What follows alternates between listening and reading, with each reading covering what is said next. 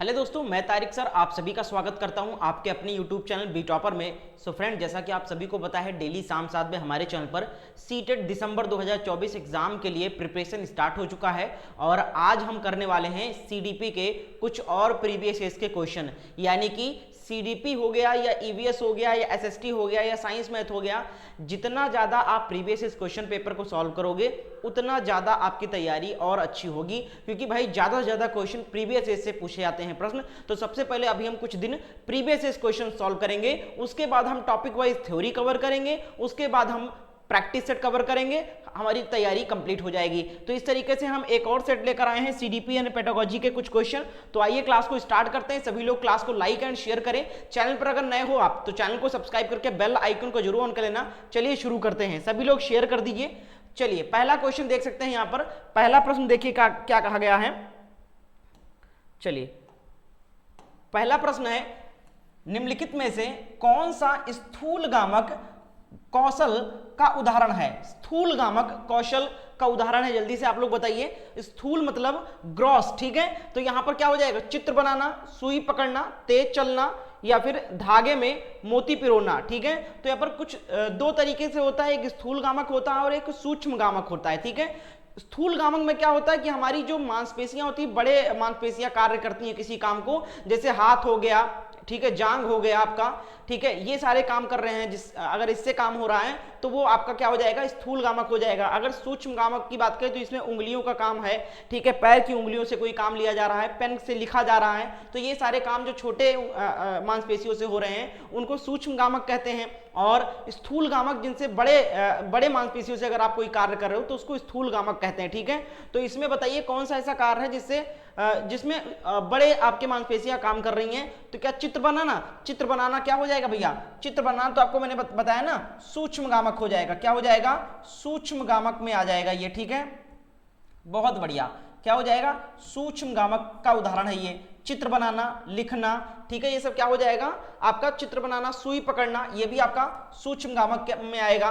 तेज चलना, धागे में मोती पिरोना, ये भी आपका सूक्ष्म गामक में आएगा। लेकिन आपका जो तेज चलना है, ठीक है भाई, तेज चलना ये आपका हो जाएगा स्थूल गामक में आएगा, ठीक है, क्योंकि इसमें तेज आप जब चलोगे तो इसमें आपका पैर काम करेगा, ठीक है, आपके लेग्स जो हैं वो काम करेंगे और लेग जो हैं इन्हें बड़ी मांसपेशियों में आते हैं आपके, ठीक है। तो स्थूल गामक आपका सी वाला ऑप्शन करेक्ट उत्तर हो जाएगा। अगला देखो नेक्स्ट क्वेश्चन नंबर 2 आपके सामने ये रहा।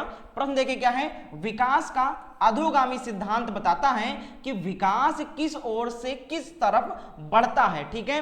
देखो दो तरीके से विकास होता है बच्चों में, एक होता है सिर से पैर तक, ठीक है। क्या होता है, एक होता है सिर से पैर की ओर होता है और एक होता है केंद्र से बाह की ओर, ठीक है, यानी बीच से होता है बाहर की ओर वो विकास होता है। तो इसमें अधोगामी पूछा गया है। अधोगामी सिद्धांत में क्या बताता है, जटिल से सरल की ओर, सिर से पैर की ओर, केंद्र के बाह की ओर, सामान्य से विशिष्ट की ओर। तो क्या हो जाएगा, अधोगामी में केंद्र से बाह की ओर हो जाता है, ठीक है, आपका ऑप्शन सी सही उत्तर हो जाएगा। अगला देखो नेक्स्ट क्वेश्चन क्या है। नेक्स्ट क्वेश्चन नंबर 3 आपके सामने ये रहा। प्रश्न है, निम्नलिखित में से कौन से सामाजिकरण के द्वितीयक कारक हैं, ठीक है, सेकेंडरी फैक्टर्स हैं, ठीक है। सेकेंडरी फैक्टर्स कौन से हो जाएंगे आपके, चलिए बताइए। ये सेकेंडरी एजेंसीज कह सकते हैं। तो द्वितीय कारक कौन कौन से इसमें, विद्यालय, किताबें, मीडिया, माता पिता। तो इसमें से कौन कौन से द्वितीयक सामाजिकरण कारक हैं। तो देखिए भैया, आपका हो जाएगा विद्यालय हो जाएगा, द्वितीयक में आएगा, किताबें भी द्वितीयक माध्यम है समाजीकरण का, मीडिया भी आपका द्वितीयक माध्यम हो जाएगा समाजीकरण का, माता पिता जो है ये प्राथमिक में आ जाएगा। क्या आ जाएगा भैया, माता पिता प्राथमिक कारण में आ जाएगा, ठीक है। तो इसको ध्यान रखना। तो कौन सा ऑप्शन हो जाएगा, पहला, दूसरा और तीसरा किसमें है, ये ऑप्शन डी में है, पहला, दूसरा और तीसरा हो जाएगा, ठीक है। अगला देखो नेक्स्ट है, चौथा नंबर क्वेश्चन है, जिन पियाजे संज्ञानात्मक विकास के सिद्धांत के अनुसार किस अवस्था में अधिकांश बच्चे सक्रियाओं पर क्रियाएं करने लगते हैं और उनमें परिकल्पनात्मक निगमनात्मक सोच विकसित हो जाती है। तो किसमें होगा भैया, संवेदी गामक में, पूर्व संक्रियात्मक में, मूर्त संक्रियात्मक में या औपचारिक संक्रियात्मक में। क्वेश्चन नंबर 4 का उत्तर फटाफट आप लोग कमेंट करके हमें बता दीजिए क्या हो जाएगा इसका राइट आंसर, जल्दी से कमेंट करें आप लोग। चलिए बहुत बढ़िया, बेहतरीन, सभी लोग उत्तर कर रहे हैं, फटाफट आंसर करें, क्या हो जाएगा राइट आंसर। बिल्कुल बहुत अच्छा। क्वेश्चन नंबर 4 का भी जवाब आना स्टार्ट हो चुका है भैया। डी हो जाएगा यहाँ पर औपचारिक संक्रियात्मकता। जिनको इंग्लिश में पढ़ना है, इधर क्वेश्चन मैंने ट्रांसलेट किया है तो आप लोग इंग्लिश में भी देख सकते हो। मैं हिंदी को लेकर चल रहा हूं, बट जिनको हिंदी नहीं समझ में आ रहा है वो इंग्लिश से क्वेश्चन का आंसर समझ सकते हैं। सेम क्वेश्चन है तो क्या हो जाएगा, डी हो जाएगा। बहुत बढ़िया, फॉर्मल ऑपरेशनल। अगला देखो नेक्स्ट क्या है, क्वेश्चन नंबर 5 आपके सामने है। जिन पियाजे ने अधिगम का मतलब क्या बताया था मैंने, लर्निंग बताया था, आप सभी को पता होगा लर्निंग होता है, ठीक है, की प्रक्रिया में किसे महत्व दिया है। जिन पियाजे ने अधिगम यानी सीखने की प्रक्रिया में किस चीज को महत्व दिया है, सीखने के लिए तत्परता को, नकारात्मक पुनर्बलन को, प्रतियोगी भावना को, या फिर कार्यात्मक स्थिरता को। जल्दी से कमेंट करके बताएं। आप लोग भी अपने मन से उत्तर किया करें ताकि आपको ये पता चले कि मेरी क्या स्थिति है, नहीं कितने क्वेश्चन में जानता हूं ऑलरेडी। अगर आप पहले अपना टेस्ट लोगे ना तो आपको पता चलेगा, अगर आपके 30 क्वेश्चन में 5 क्वेश्चन सही जाते तो आपको लगेगा कि हाँ भाई 25 क्वेश्चन कैसे कवर होगा, मुझे बहुत मेहनत करना पड़ेगा सीटीपी में। लेकिन अगर आपके 15-20 सही जा रहे हैं अपने मन से पहले अटेम्प्ट में, तो इसका मतलब कि आपको थोड़े हिस्से प्रयास में आपका 20+ सही जाने लगेगा। तो क्या हो जाएगा, 5 का राइट आंसर कमेंट करके बताएं फटाफट आप सब लोग। बहुत बढ़िया, काफी लोगों ने सही जवाब दिया है, सीखने के लिए तत्परता को महत्व दिया है, ठीक है। अगला देखिए क्वेश्चन नंबर 6 आपके सामने है। अमरजीत नियमों को समझिएगा ध्यान से, बहुत आसान है, दिखने में बड़ा लग रहा है क्वेश्चन बट है बहुत आसान। अमरजीत नियमों को स्थिर मानती है और इस बात की अनुशंसा करती है कि सभी को इन नियमों का अनुसरण करना चाहिए, चाहे उनके व्यक्तिगत स्थिति किसी भी प्रकार की क्यों ना हो। लॉरेंस कोहलबर्ग, यहां पर देखिएगा ये बहुत इंपॉर्टेंट है, लॉरेंस कोहलबर्ग के नैतिक विकास सिद्धांत के अनुसार अमरजीत इस समय किस अवस्था में है, बताइए। क्वेश्चन नंबर 6 का जवाब अपने मन से उत्तर करें आप लोग सबसे पहले। चलिए बहुत बढ़िया, क्वेश्चन नंबर 6 का राइट आंसर क्या हो जाएगा, जल्दी जल्दी आंसर कमेंट करें आप लोग। बहुत बढ़िया, वेरी गुड, सभी लोग आंसर करने का प्रयास करें। बिल्कुल, देखिए काफी लोग आंसर कर रहे हैं, बहुत अच्छा। क्या हो जाएगा, क्वेश्चन नंबर 6 का राइट आंसर, 6 पर है ना हम लोग, हाँ 6 का राइट आंसर क्या हो जाएगा, बिल्कुल डी का राइट उत्तर हो जाएगा। कानून और व्यवस्था उन्मुखी है वो, ठीक है। अगला देखो नेक्स्ट क्या है, क्वेश्चन नंबर 7 आपके सामने रहा। प्रश्न को समझिएगा। कक्षा में समूह कार्य के दौरान रमेश ने देखा कि उसके विद्यार्थी दिए गए प्रश्न हल ढूंढने, अब रमेश कौन है, रमेश यहां शिक्षक है, ठीक है। रमेश ने देखा कि उसके विद्यार्थी दिए गए प्रश्न का हल ढूंढने में जूझ रहे हैं, यानी बड़ी मशक्कत कर रहे हैं, जो उसने प्रश्न दिया उसका उत्तर देने के लिए उसके विद्यार्थियों को सहयोग देने के लिए रमेश को क्या करना चाहिए, बताइए क्या करना चाहिए, ताकि बच्चों को थोड़ी सी सहायता मिल जाए रमेश से और वो उत्तर आसानी से जवाब दे दें, ठीक है। तो जल्दी से 4 ऑप्शन पढ़ें और जवाब देने का प्रयास करें। सभी लोग क्लास को लाइक कर दें, शेयर कर दें। ये क्लास डेली शाम 7 बजे चलती है भाई, याद रखना। और भी क्लासेस ऐड किए जाएंगे, अभी धीरे धीरे बच्चे जुड़ रहे हैं, फॉर्म भी अभी नहीं आया है, तो इसलिए अभी एक ही क्लास किया जा रहा है। तो यहां पर जवाब क्या हो जाएगा, 7 नंबर सी करेक्ट उत्तर हो जाएगा। बहुत बढ़िया, प्रश्न से संबंधित संकेत देने चाहिए उसको, ठीक है, कुछ ऐसा हिंट देना चाहिए बच्चों को ताकि वो उत्तर तक पहुंच सके, ठीक है। अगला देखो नेक्स्ट क्वेश्चन नंबर 8 आपके सामने रहा। जवाब देने का सब लोग प्रयास करते रहो। विद्यार्थियों के संज्ञानात्मक विकास के संवर्धन के लिए ले वाइगोत्स्की, बार बार ये सारे लोग आ रहे हैं, इनके मैं टॉपिक वाइज हर एक पॉइंट, हर एक मनोवैज्ञानिक पे एक शॉर्ट वीडियो में बना दूंगा, जिसपे जो भी विचार इन्होंने प्रकट किया है वो क्लियर कर सकते हैं आप लोग। ले वाइगोत्स्की ने किसके कार्यान्वयन की अनुशंसा की है, संज्ञानात्मक विकास के संवर्धन में पूछा गया है। जवाब दीजिए सभी लोग फटाफट। चलिए क्वेश्चन नंबर यहां पर 8 नंबर का राइट आंसर क्या हो जाएगा, काफी लोग उत्तर कर रहे हैं 8 का सी और बी, तो क्या हो जाएगा, बी हो जाएगा भैया, सांस्कृतिक उपकरणों का प्रयोग, बिल्कुल सही है। अगला देखो नेक्स्ट क्वेश्चन क्या है, क्वेश्चन नंबर 9 आपके सामने रहा। प्रगतिशील शिक्षा शिक्षण अधिगम प्रक्रिया के केंद्र में किसे स्थान देती है, जल्दी से बताइए। Progressive education place dash dash at the centre of the teaching learning process. Question number 9 का जवाब क्या हो जाएगा? तो 9 नंबर का जवाब जितने लोग यहां पर आंसर कर रहे हैं भैया, बिल्कुल, यानी कि प्रगतिशील शिक्षण अधिगम जो है वो किसको केंद्र बिंदु मानता है? देखिए पहले क्या होता था, हम शिक्षक को केंद्र बिंदु मान के विद्यार्थी पढ़ते थे या क्लास चलती थी, ठीक है, यानी कि ये होता था कि बच्चे पूरा आकर्षण जो है शिक्षक पर रखें। लेकिन अब जो हुआ है, जो प्रगतिशील शिक्षण अधिगम का जो अभी नया नियम आया है, इसमें छात्र यानी कि विद्यार्थी केंद्र होता है, छात्र केंद्र होता है, शिक्षक नहीं होता है। छात्र को केंद्र मानकर शिक्षक पढ़ाता है, तो क्या हो जाएगा? विद्यार्थी हो जाएगा केंद्र। अगला देखो नेक्स्ट क्या है, 10 नंबर। अब यहां पर समझिएगा, बहुत सारे प्रश्न समझ पर आधारित हैं। देखिए, अहमद मनोपचार का या सलाहकार बनना चाहता है। हार्वर्ड गार्डनर के बहुबुद्धि सिद्धांत के अनुसार उसके अध्यापक को उसकी किस प्रकार की बुद्धि के संवर्धन के लिए अवसर प्रदान करना चाहिए ताकि वह अपने लक्ष्य को प्राप्त कर सके? उसका लक्ष्य है मनोपचार सलाहकार बनना, ठीक है। तो उसको किस प्रकार की ट्रेनिंग देनी चाहिए, उसको क्या क्या सलाह, क्या क्या टिप्स देनी चाहिए शिक्षक को ताकि वो अपने लक्ष्य की तरफ उन्मुख हो सके? तो क्वेश्चन नंबर 10 का राइट आंसर क्या हो जाएगा? बताइए, जवाब दीजिए। बहुत बढ़िया, अवकाशिक, प्राकृतिक, सांगीतिक, बिल्कुल आपका ऑप्शन डी वाला हो जाएगा। अंतरवैयक्तिक क्या हो जाएगा? अंतरवैयक्तिक हो जाएगा। इंग्लिश होता है इंटरपर्सनल। अगला देखिए नेक्स्ट क्वेश्चन, क्वेश्चन नंबर 11 आपके सामने। सहकारी अधिगम का अभ्यास करते समय अध्यापक को क्या करना चाहिए? क्वेश्चन नंबर 11 का राइट आंसर देखते हैं भैया, हमारे होनहार छात्र कौन कौन जवाब दे रहे हैं। आप में से बहुत सारे स्टूडेंट्स ऐसे होंगे जो पहले भी सीटेट एग्जाम दे चुके होंगे। आपका फर्स्ट अटेम्प्ट है या इससे पहले भी आप सीटेट परीक्षा में बैठ चुके हैं, हमें कमेंट में लिख के जरूर बताइएगा। और अगर इससे पहले आप दे चुके हो परीक्षा, फ्रेशर से तो भाई कुछ नहीं कह सकता क्योंकि उनको भी डिटेल में थ्योरी नहीं पता है, लेकिन अगर आप दे चुके हो तो आपको उत्तर जरूर देना चाहिए पहले इसका। सहकारी अधिगम का अभ्यास करते समय अध्यापक को क्या करना चाहिए? क्वेश्चन नंबर 11, फटाफट आंसर करें आप सब लोग, बहुत बढ़िया, वेरी गुड। 11 का क्या हो जाएगा? समय योग्यता आधारित समूह बनाने चाहिए। विद्यार्थियों को केवल निर्दिष्ट प्रक्रिया का पालन करने के लिए कहना चाहिए, या फिर चर्चाओं और बहसों के प्रयोग को प्रतिबंधित करना चाहिए, या फिर डी विविध प्रकार के शिक्षार्थियों के समूह बनाने चाहिए? बताइए जल्दी से। बहुत बढ़िया, मुझे तो डी बिल्कुल सही, बहुत बढ़िया, डी वाला हो जाएगा, विविध प्रकार के शिक्षार्थियों के समूह बनाना चाहिए, ठीक है, बहुत बढ़िया। अगला देखो नेक्स्ट क्या है?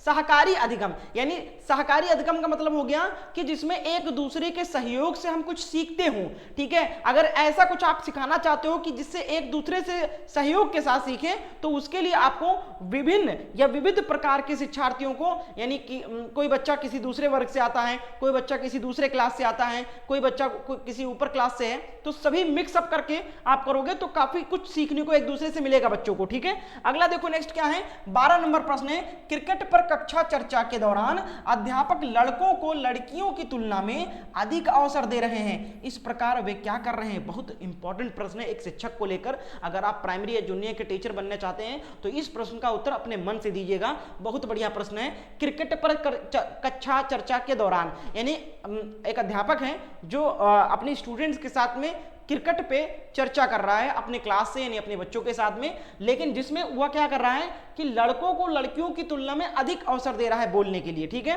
क्योंकि उसको क्या लगता है? उसको लगता है कि जो क्रिकेट है वो लड़कों के खेलने की चीजें हैं, लड़कियों की नहीं है। इसलिए टीचर जो है वो लड़कों को ज्यादा महत्व दे रहा है, ज्यादा सवाल, ज्यादा प्रश्न या उत्तर देने के अवसर दे रहा है, लड़कियों को नहीं दे रहा है। इस प्रकार वह किस चीज को बढ़ावा दे रहा है, यहां पर आपको कॉमेंट में आंसर बताना है।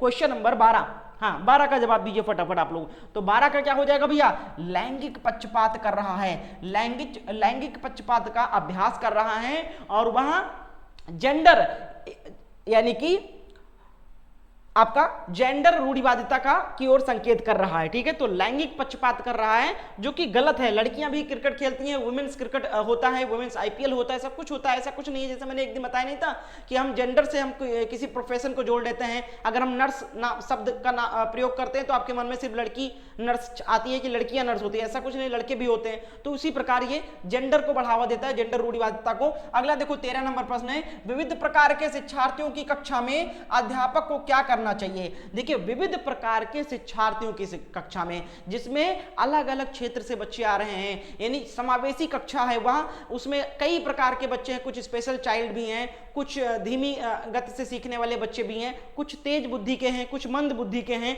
हर प्रकार के यानी विविध प्रकार के शिक्षार्थियों की कक्षा में अध्यापक को क्या करना चाहिए? जवाब जल्दी से दीजिए। क्वेश्चन नंबर 13 का राइट आंसर क्या हो जाएगा? फटाफट आंसर करें आप लोग। चलिए बताइए, ऑप्शन ए है छात्रों को उनके परीक्षा प्रदर्शन के आधार पर समूह बांटना चाहिए। क्या ये करना चाहिए शिक्षक को कि उनके परीक्षा प्रदर्शन के आधार पर उनको अलग अलग विभक्त कर दिया जाए? बी ऑप्शन दिया गया सभी से सफलता की अपेक्षाओं को स्थापित करना और बनाए रखना चाहिए। या फिर सी दिया गया छात्रों को उनके सामाजिक आर्थिक संदर्भ के आधार पर विभाजित करना चाहिए। बिल्कुल गलत है, नहीं करना चाहिए। किसी भी प्रकार से भेदभाव, चाहे वो ऊंच नीच, चाहे वो अमीरी गरीबी या फिर मंद बुद्धि या तेज बुद्धि, किसी भी पैमाने पर उनको अलग नहीं किया जा सकता है। अगला क्या दिया गया? मानकीकृत, गलत हो जाएगा, तुरंत मानकीकृत काट दो, नेगेटिव है। पाठ्यक्रम और मूल्यांकन विधि का अभ्यास कराना चाहिए, गलत हो जाएगा। जवाब क्या हो जाएगा? बी हो जाएगा, सभी से सफलता की अपेक्षाओं को स्थापित करना चाहिए और बनाए रखना चाहिए उसको। ठीक है, अगला प्रश्न देखो, क्वेश्चन नंबर 14 आपके सामने ये रहा। रचनात्मक मूल्यांकन कब किया जाता है? बताओ भैया। रचनात्मक मूल्यांकन इंग्लिश में कहते हैं फॉर्मेटिव असेसमेंट इज डन। कब करना चाहिए फॉर्मेटिव असेसमेंट यानी रचनात्मक मूल्यांकन कब करना चाहिए एक शिक्षक को? जल्दी से कमेंट में आंसर करें आप लोग। क्वेश्चन नंबर 14 का राइट आंसर क्या हो जाएगा? बहुत बढ़िया, 14 नंबर का राइट आंसर बताइए फटाफट, सभी लोग आंसर कर रहे हैं। 14 का बी बिल्कुल करेक्ट उत्तर हो जाएगा। पूरे सत्र के दौरान सभी विद्यार्थियों के लिए रचनात्मक मूल्यांकन होना चाहिए। ठीक है, अगला देखो नेक्स्ट क्या है। क्वेश्चन नंबर 15 आपके सामने रहा। प्रश्न है, निम्नलिखित में से कौन सा प्रश्न विद्यार्थियों के बीच आलोचनात्मक सोच को बढ़ावा देगा? बताइए, निम्नलिखित में से ऐसा कौन सा प्रश्न है? ये 4 प्रश्न है। अब चारों प्रश्न को आप पढ़िए और आपसे पूछा गया है कि विद्यार्थियों के बीच में कौन सा प्रश्न आलोचनात्मक सोच को बढ़ावा देगा, यानी ऐसा कौन सा प्रश्न आप इनमें से पूछोगे चारों में से जिससे बच्चा कुछ ना कुछ उस पर अपना प्रतिक्रिया देगा, कुछ ना कुछ आलोचना करेगा उसका। ठीक है, तो ऐसे कोई कौन सा प्रश्न है? जैसे श्रीलंका की राजधानी क्या है? बताओ। अब आलोचनात्मक का मतलब क्या हो गया? अब यहां पर समझिए। देखिए, आलोचनात्मक का मतलब यह पूछ रहा है कि ऐसा कौन सा प्रश्न होगा जिससे कक्षा में अलग अलग उत्तर आएंगे। कोई कुछ और बताएगा, कोई कुछ और उसके बारे में बताएगा। अब कोई ऐसा, अब बाकी 3 प्रश्न ऐसे हैं इसमें जिनका सिर्फ एक और सटीक जवाब है। जैसे पहला सवाल है श्रीलंका की राजधानी। अब श्रीलंका की राजधानी आपसे पूछ लिया जाएगा तो सीधा एक ही जवाब आपसे आएगा जो, ठीक है। दूसरा आपका, भारत में शिक्षक दिवस कब मनाया जाता है? तो ये भी एक तिथि आएगी, सिर्फ एक तिथि। सभी बच्चे एक ही जवाब देंगे, सभी बच्चे एक ही उत्तर देंगे कि इस दिन मनाया जाता है। एशिया का सबसे बड़ा शहर कौन सा है, ये भी पूछ लिया जाएगा, तो वो भी एक ही है, सभी से समान उत्तर मिलेंगे। लेकिन हमें क्या चाहिए? ऐसे प्रश्न को पुट करना है जिससे हर बच्चे से अलग अलग उत्तर आए। ठीक है, अपने अपने मत प्रकट करें। अपने शहर में जल संकट को कैसे हल करेंगे? अब देखिए, ये प्रश्न जो है ये आलोचनात्मक सोच को बढ़ावा देगा, क्योंकि कोई बच्चा कुछ और उत्तर देगा, क्योंकि अपने हिसाब से ये प्रश्न अगर पूछा जाएगा अपने शहर में जल संकट को कैसे हल करेंगे, तो कोई बच्चा कहेगा कि हमें पानी को बचाना चाहिए, कोई बच्चा कहेगा कि हमें पानी को बर्बाद नहीं करना चाहिए। मतलब अपने अपने तरीके से वो उत्तर आएंगे, नहीं कई तरीके से उत्तर आएंगे। ठीक है, तो यहां पर क्या हो जाएगा? डी वाला उत्तर हो जाएगा। अगला देखो नेक्स्ट है, क्वेश्चन नंबर 16 है, समावेशन की अवधारणा क्या मांग करती है? समावेशन की अवधारणा, समावेशी शिक्षा से संबंधित समावेशन। ठीक है, समावेशन की अवधारणा का मांग करती है। समावेशी शिक्षा क्या होता है समझिए। समावेशी शिक्षा ऐसी शिक्षा होती है जिसमें हर प्रकार के छात्र सम्मिलित होते हैं, चाहे वो हैंडीकैप्ड होता है, चाहे वह थोड़ा सा कमजोर वर्ग का बच्चा होता है, चाहे वो अमीर घर का बच्चा होता है, चाहे वह गरीब घर का बच्चा होता है, चाहे वो देख नहीं सकता है, चाहे वो चल नहीं सकता है, यानी हर प्रकार के बच्चे उस कक्षा में अगर शामिल होते हैं तो उस कक्षा को समावेशी कक्षा कहा जाता है। अब देखिए यहां पर है समावेशन की अवधारणा क्या मांग करती है, आपसे पूछा जा रहा है। क्वेश्चन नंबर 16 का जवाब हो जाएगा आपका ऑप्शन, बताइए जल्दी से, विविधता और व्यक्तिगत भिन्नताओं की प्रति सम्मान। बिल्कुल ऑप्शन ए ही सही हो गया। मैंने क्या बताया, हर वर्ग के बच्चों को सम्मिलित किया जाता है और सभी को समान माना जाता है वहां पर। ठीक है, विविधता और व्यक्तिगत की भिन्नताओं की प्रति सम्मान। अगला देखो नेक्स्ट क्या है, क्वेश्चन क्या है 17 नंबर, डिसलेक्सिया। कल मैंने बताया था डिसलेक्सिया सीधे किस क्षेत्र में चुनौतियां पेश करता है? डिसलेक्सिया एक ऐसा विकार है या ऐसा एक डिसऑर्डर है जो हमें कम उम्र यानी छोटे बच्चों में देखने को मिलता है। ठीक है, डिसलेक्सिया हो गया, डिस्ग्राफिया होगा, डिसकैलकुलेशिया हो गया, ठीक है, ऑटिज्म हो गया, ये सभी जो हैं ये एक आपके विकार हैं जो बच्चों में देखने को मिलते हैं। अब डिसलेक्सिया ये पूछा जाता है, डिसलेक्सिया से किस चीज में बच्चों को समस्या होती है? तो भावनात्मक नियंत्रण, शरीर समन्वय, सामाजिक संपर्क, निम्नलिखित पठन पाठ की समझ। बताइए क्वेश्चन नंबर 17 का जवाब क्या हो जाएगा? बहुत बढ़िया, क्या हो जाएगा? देखिए डिसलेक्सिया में क्या होता है कि बच्चों को पढ़ने में समस्या आती है। ठीक है, डिसकैलकुलेशिया में क्या होता है कि बच्चों में किसी प्रश्न का यानी किसी गणितीय प्रश्न में उत्तर देने में थोड़ा सा दिक्कत होता है। ठीक है, अगला देखें नेक्स्ट क्या है 18 नंबर, जबकि आत्मकेंद्रिता से जूझते विद्यार्थी कुछ क्षेत्रों में कई चुनौतियां का सामना करते हैं, फिर भी उनके पास डैश डैश क्षमता होती है जिसे अध्यापक अधिगम शिक्षण प्रक्रिया में इस्तेमाल कर सकते हैं। क्वेश्चन नंबर 18 का जवाब दीजिए फटाफट आप सब लोग। 18 का क्या हो जाएगा? सूक्ष्म विवरणों पर ध्यान देना, सामाजिक संवादों के लिए बड़े समूह के सामने बिना हिचकिचाए खुद को व्यक्त करना, या फिर अनुसूची में लगातार परिवर्तनों के लिए आसानी से अनुकूलित करने की। तो क्या हो जाएगा यहां पर? ऑप्शन ए से होगा सूक्ष्म विवरणों पर ध्यान देने की। अगला देखो नेक्स्ट क्या है 19 नंबर, दृष्टिबाधित। ठीक है, दृष्टिबाधित आ गया यहां पर। ठीक है, छात्रों को पढ़ाते समय निम्नलिखित में से किस मोड से बचना चाहिए? बताइए, दृष्टिबाधित यानी ऐसे छात्र जो देख नहीं सकते हैं उनको पढ़ाते समय किस मोड से बचना चाहिए? 4 ऑप्शन दिया गया है। बोर्ड पर लिखी सामग्री का मौखिक वर्णन करना, स्पर्शीय मानचित्र प्रदान करना, सहायक उपकरणों के उपयोग की अनुमति देना, अधिगम को आकलन के लिए लिखित परीक्षणों का प्रयोग करना। बताइए। अब देखो दृष्टिबाधित छात्र है तो दृष्टिबाधित छात्र को बोर्ड पर लिखी सामग्री का मौखिक वर्णन करना चाहिए आपको। यानी कि अगर मान लो आपके समावेशी कक्षा में एक दृष्टिबाधित छात्र है, आपको मैंने बताया ना कि समावेशी कक्षा में सभी प्रकार के छात्र होते हैं, तो उसमें एक दृष्टिबाधित छात्र है। अब आप कुछ बोर्ड पे लिख रहे हो, अब बाकी बच्चे जो देख सकते हैं वो तो देख रहे हैं क्या लिख रहे हो आप, लेकिन जो बच्चा देख नहीं सकता, दृष्टिबाधित है, उसको कैसे पता चलेगा कि हमारे जो टीचर हैं वो क्या लिख रहे हैं वहां पर? तो इसलिए अगर आप समावेशी शिक्षक हैं, समावेशी कक्षा के शिक्षक हैं, तो आपको ये ध्यान रखना चाहिए कि जो भी आप बोर्ड पे लिख रहे हो उसको आप पढ़कर भी बोलें। ठीक है, ताकि जो देख नहीं सकता वो भी सुने। ठीक है, समझे? और स्पर्शीय मानचित्र प्रदान करना चाहिए। अब देखिए जो बच्चा देख नहीं सकता वो मानचित्र कैसे समझेगा? तो उसको उभरे हुए मानचित्र, स्पर्शीय मानचित्र प्रदान करने चाहिए जिससे वो आप देखकर यानी कि पकड़कर समझ सके वो। इसके बाद सहायक उपकरणों के उपयोग की अनुमति देनी चाहिए। यानी अगर ऐसा छात्र है जिसको देख नहीं सकता, उसको कुछ ऐसे हेल्पिंग मेथड देना चाहिए, सहायक उपकरण देना चाहिए जिससे वह पढ़ने में थोड़ा सा सहज महसूस कर सके। अधिगम को आकलन के लिए लिखित परीक्षणों का प्रयोग, लिखित नहीं, वो लिख नहीं पाएगा ना, दृष्टिबाधित है, तो आपका डी वाला सही हो जाएगा। इस मोड से बचना चाहिए, बाकी सारे काम करने चाहिए। अगला देखो नेक्स्ट क्वेश्चन, क्वेश्चन नंबर 20 है, निम्नलिखित में से कौन सा उपहरित छात्रों की विशेषता नहीं है? जल्दी से बताइए फटाफट। उपहारित छात्रों की विशेषता नहीं। उपहारित छात्र मतलब हो गया गिफ्टेडनेस। ठीक है, जो गॉड गिफ्टेड है बच्चे, ठीक है, उन ऐसे छात्रों की विशेषता कौन सी नहीं है? बताइए फटाफट आप लोग, फटाफट उत्तर करिए। तो 20 नंबर का राइट आंसर क्या हो जाएगा? औसत से ऊपर की बुद्धि का स्तर। क्या सही हो जाएगा? 20 नंबर का जवाब दीजिए। नहीं, ये गलत हो जाएगा। उच्च क्रम समस्या समाधान कौशल, गलत हो जाएगा। कौशल में महारत हासिल करने के लिए उच्च प्रेरणा, गलत हो जाएगा। जानकारी के प्रसंस्करण में धीमा होना, ठीक है, क्या हो जाएगा? उपहारित छात्रों की विशेषता कौन सी नहीं है? ये वाला नहीं है, बाकी सारे सही हैं। ठीक है, तो यहां पर नहीं है पूछा गया था, इसलिए प्रश्न के आधार पर ये 3 गलत थे, ये सही था। ठीक है, अगला देखो नेक्स्ट क्या है। नेक्स्ट क्वेश्चन, क्वेश्चन नंबर 21 है, एक अध्यापक को विद्यार्थी को योग्यता के परिप्रेक्ष्य और अधिगम को प्रक्रिया मानने के लिए प्रोत्साहित करना चाहिए। जल्दी से बताएं, 4 ऑप्शन आपके सामने हैं। 21 नंबर का राइट आंसर क्या हो जाएगा?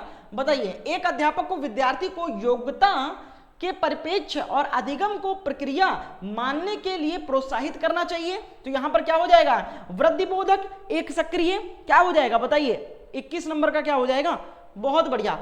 अस्तित्व बोधक एक निष्क्रिय, वृद्धिबोधक एक निष्क्रिय, या अस्तित्व बोधक और एक सक्रिय, ठीक है। तो यहां पर जो जवाब आएगा आपका ऑप्शन ए आ जाएगा, वृद्धि बोधक एक सक्रिय। अगला देखो नेक्स्ट क्या है 22 नंबर, यदि गतिविधि को महत्व नहीं दिया जा रहा है तो विद्यार्थी द्वारा किसका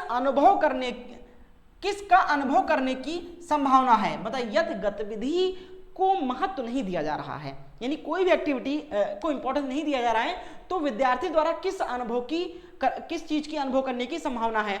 जिज्ञासा की, उत्सव की, आनंद की या फिर बोरियत की। आप सबको पता है कि अगर बच्चे को एक्टिविटी नहीं करने दोगे तो बच्चा बोर होगा, ठीक है। तो क्लास में अगर आप एक्टिविटी करने दोगे, बच्चा भी एक्टिव रहे, बच्चे से भी प्रश्न पूछते रहो, बच्चे से भी कुछ पूछते रहो जो भी पढ़ा रहे हो उसके संबंध, तो वो बच्चा एक्टिव रहेगा। और एक्टिव जब रहेगा बच्चा, जब उसको गतिविधि करने को मिलेगा तो उस बच्चे को मनोरंजन भी होगा, उस बच्चे का जिज्ञासा भी बढ़ेगा उस चीज में, उस बच्चे का उत्सव भी और आनंद बना रहेगा। और अगर नहीं होगा तो बोरियत महसूस करेगा। अगला देखो नेक्स्ट क्वेश्चन नंबर 23 है, स्कूल अध्यापिका ऋचा अपने विद्यार्थियों में समझ को समुन्नत करना चाहती है, इसके लिए उसे क्या करना चाहिए। बताइए, आप एक शिक्षक के रूप में इस प्रश्न का उत्तर दे सकते हैं। जल्दी से बताएं, इस वीडियो को, इस क्लास को लाइक करें, शेयर करें। चैनल पर अगर नए हो तो चैनल को जरूर सब्सक्राइब करके बेल आइकन को ऑन कर लें। इसके साथ साथ अगर आप सीटेट का नोट्स लेना चाहते हो तो मैं अपना नंबर लिख दे रहा हूं व्हाट्सएप का, इस नंबर पर आप मैसेज करके मात्र 175 रुपीज में कंप्लीट सिलेबस का नोट्स परचेज कर सकते हो आप लोग, ठीक है। 151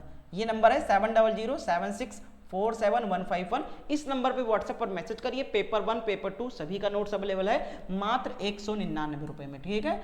मात्र 199 रुपए में आपको कंप्लीट नोट्स मिल जाएगा। क्वेश्चन नंबर 23 का जवाब आना स्टार्ट हो चुका है। जितने भी लोग उत्तर कर रहे हैं बहुत बढ़िया, बी का उत्तर हो जाएगा। प्रक्रियात्मक ज्ञान और अधिसंज्ञानात्मक कौशल पर ध्यान देना चाहिए। अगला प्रश्न है क्वेश्चन नंबर 24, देखिए, निम्नलिखित में से कौन सी सामाजिक रचनावादी कक्षा की विशेषता है। कौन सी सामाजिक रचनावादी, ठीक है, यानी कि which of the following characterizes a socio constructivist classroom. Question number 24 का जवाब दीजिए फटाफट। तो 24 का राइट आंसर क्या हो जाएगा, बहुत बढ़िया, अध्यापक द्वारा विद्यार्थियों में प्रतियोगिता उन्मुखी दृष्टिकोण का विकास करना, अन्वेषण संबंधी अधिगम के लिए अनुकूलित परिवेश, यही वाला सही हो जाएगा जहां तक है। आगे देख लेते हैं, कंठस्थीकरण शिक्षा शास्त्री प्रविधियों, कंठस्थी निगेटिव हो जाएगा, ठीक है। मानकीकृत नेगेटिव हो जाएगा, ठीक है। क्या हो जाएगा, तो आपका ऑप्शन बी वाला सही है। अगला देखो नेक्स्ट है क्वेश्चन नंबर 25 आपके सामने है, विद्यार्थी कक्षा में अधिगम की प्रक्रिया में अधिक सक्रिय और सहभागी बनना महसूस करते हैं यदि कक्षा परिवेश समुन्नत करता है। ऑप्शन ए है अवधारणाओं के बारे में जिज्ञासा, ऑप्शन दूसरा है अपने विचारों पर विमर्श चिंतन, ऑप्शन 3 अध्यापक का निष्क्रिय अनुकरण, ऑप्शन 4 है ज्ञान का मात्र पुनरुत्पादन, ठीक है। क्वेश्चन नंबर 25 है, 25 का उत्तर क्या हो जाएगा, विद्यार्थी कक्षा में अधिगम की प्रक्रिया में अधिक सक्रिय, अधिगम मतलब सीखने की प्रक्रिया में अधिक सक्रिय और सहभागी, यानी बहुत ज्यादा एक्टिव हैं और बहुत ज्यादा सहभागी यानी समान भागीदारी भी दे रहे हैं, बनना महसूस करते हैं यदि कक्षा परिवेश समुन्नत करता है, यदि अवधारणाओं के बारे में जिज्ञासा है, ठीक है। ऑप्शन ए वाला सही हो जाएगा। अपने विचारों पर विमर्श और चिंतन है, जो भी विचार है उस पर बातचीत होती है।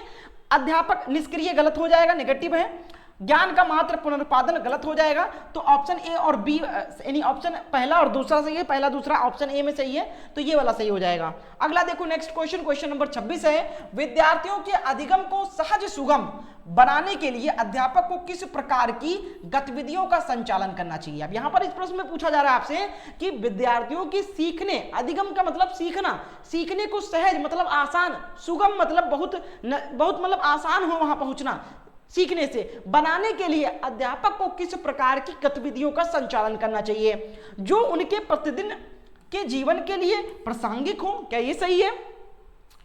26 नंबर देखिए, बहुत बढ़िया, जो यांत्रिक हो और जिसमें निष्क्रिय श्रवण शामिल हो। निष्क्रिय आ गया भैया, नेगेटिव है, साफ काट दो। जो संदर्भ से हटकर हो, संदर्भ से हटकर कहां बात करना है भाई, जिस चीज के जिस कांटेक्ट में आप बात कर रहे हो उससे थोड़ा ना हटके आप कुछ चीज करोगे, ठीक है। जो जटिल से सरल की ओर आगे बढ़ते हुए क्रम में प्रस्तुत हो, नहीं, जटिल से सरल की ओर कोई चीज हमें नहीं सिखानी है, हर चीज हमें सरल से जटिल की ओर लेकर जाना है सिखाते हुए, ठीक है। पहले आसान चीजों को सिखाएं, उसके बाद हम कठिन चीजों पर लेकर जाएं। अब जैसे हम प्रश्न आपसे प्रैक्टिस सेट कराएंगे तो आपसे पहले कुछ आसान प्रश्न पूछेंगे, उसके बाद सीधा कठिन, ऐसा थोड़ा ना पहले कठिन करवाएं फिर आसान, तो ये भी गलत हो जाएगा, ये गलत हो गया। संदर्भ से हटकर गलत हो गया, यांत्रिक गलत हो गया, जो उनके प्रतिदिन जीवन के लिए प्रासंगिक हो, जो उनके प्रतिदिन जीवन में सम्मिलित हो, वो चीज अगर आप कराओगे गतिविधियां तो उनको आसानी होगी सीखने में। अगला देखो नेक्स्ट है 27 नंबर प्रश्न आपके सामने। देखिए, विद्यार्थियों में समालोचनात्मक चिंतन का विकास किस प्रकार सहज सुगम किया जा सकता है? जल्दी से बताइए, फटाफट उत्तर करिए आप लोग। क्रिटिकल थिंकिंग, समालोचनात्मक चिंतन, इंग्लिश में कहते हैं क्रिटिकल थिंकिंग को अगर आप बढ़ावा देना चाहते हो या उसका विकास करना चाहते हो तो किस प्रकार सहज और सुगम करेंगे? तो बताइए जल्दी से। क्वेश्चन नंबर 27 का जवाब क्या हो जाएगा भाई? फटाफट देखिए, पहला ऑप्शन है विविध संदर्भों में अधिगम के अनुप्रयोग द्वारा। ऑप्शन बी देखिए क्या दिया गया, समझ के स्थान पर कार्य को शीघ्र अतिशीघ्र पूरा करने के लिए प्रतियोगिता करवाना, या फिर अध्यापक द्वारा दिए गए व्याख्यान का केवल सारांशीकरण करके, केवल आ गया यहां पर, वैसे ही कट गया या केवल मात्र, ठीक है, एकमात्र, ये सब गलत है। विषय वस्तु का कंठस्थीकरण नहीं कराना है, ठीक है, नहीं रटाना नहीं है, आपको याद नहीं कराना है, रट्टू तोता नहीं बनाना है। अध्यापक का निष्क्रिय भी गलत, नेगेटिव है, तो कौन कौन सा बता? ये कट गया, ये वाला कट गया, और समझ के स्थान पर कार्य को शीघ्र अतिशीघ्र पूरा, जल्दी जल्दी करवाना नहीं है, ये वाला सही हो जाएगा। विविध संदर्भों में अधिगम के अनुप्रयोगों द्वारा, बिल्कुल सही है, बहुत बढ़िया ऑप्शन है, ये सही हो जाएगा। अगला देखो नेक्स्ट क्वेश्चन, क्वेश्चन नंबर 28 आपके सामने। अधिगम की गति यानी सीखने की गति बताइए क्या है? पेस ऑफ लर्निंग या फिर स्पीड ऑफ लर्निंग कह सकते हैं, ठीक है। तो क्वेश्चन नंबर 28 का जवाब क्या हो जाएगा? फटाफट उत्तर करें। 28 का जवाब बहुत बढ़िया। देखिए, पूरी तरह व्यक्तिगत कारकों पर निर्भर करती है। क्या अधिगम की गति, अधिगम की गति यानी किसी बच्चे की सीखने की गति पूछा जा रहा है, किस पर निर्भर करती है? तो क्या पूरी तरह व्यक्तिगत कारकों यानी उसके पर्सनल रीजन पर डिपेंड होता है? नहीं। पूरी तरह वातावरणीय कारकों पर निर्भर होता है? क्या पूरी तरह वह आसपास के इन्वायरमेंट पर डिपेंड करता है बच्चे की सीखने की गति? बताइए। बिल्कुल नहीं, ये भी गलत हो जाएगा और ये भी गलत हो जाएगा। व्यक्तिगत और वातावरणीय कारकों दोनों से स्वतंत्र है, ये भी गलत हो जाएगा। व्यक्तिगत और वातावरणीय कारकों की पारस्परिक क्रिया पर निर्भर करती है, ये सही हो जाएगा। बच्चों की सीखने की गति जो है वो व्यक्तिगत यानी पर्सनल और इन्वायरमेंटल दोनों कारकों पर पारस्परिक क्रिया यानी दोनों का समान होता है, ठीक है। अगला देखो 29 नंबर है, विद्यार्थियों की वैकल्पिक अवधारणाएं हैं। जल्दी से बताइए क्वेश्चन नंबर 29 का राइट आंसर क्या हो जाएगा? सभी लोग आंसर करें आप लोग जल्दी से बताइए। देखिए क्या है, विद्यार्थियों की वैकल्पिक अवधारणाएं की अनदेखी करके निरुत्साहित की जानी चाहिए। भैया निरुत्साहित या हतोत्साहित नहीं करना है, नेगेटिव वर्ड है, ठीक है। उनके अनुभवों से संबंधित नहीं है, ये भी गलत जहां तक लग रहा है।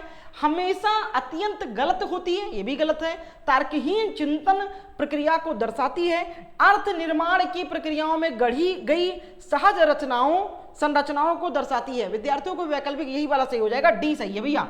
क्या हो जाएगा? डी सही है। नेक्स्ट और लास्ट क्वेश्चन बचा भैया सीडीपी का प्रीवियस क्वेश्चन। देखिए, किसी भी अवधारणा का शिक्षण करते समय किस बात से बचना महत्वपूर्ण है? 30 नंबर का जवाब दो। क्लास अच्छा लगे तो सभी लोग लाइक एंड शेयर जरूर कर देना। चैनल पर नए हो तो चैनल को जरूर सब्सक्राइब कर लेना। और बहुत जल्द कुछ ही दिन के अंदर लाइव क्लास स्टार्ट हो जाएगी 7 बजे ही, तो आप लोग बस प्रैक्टिस करते रहो।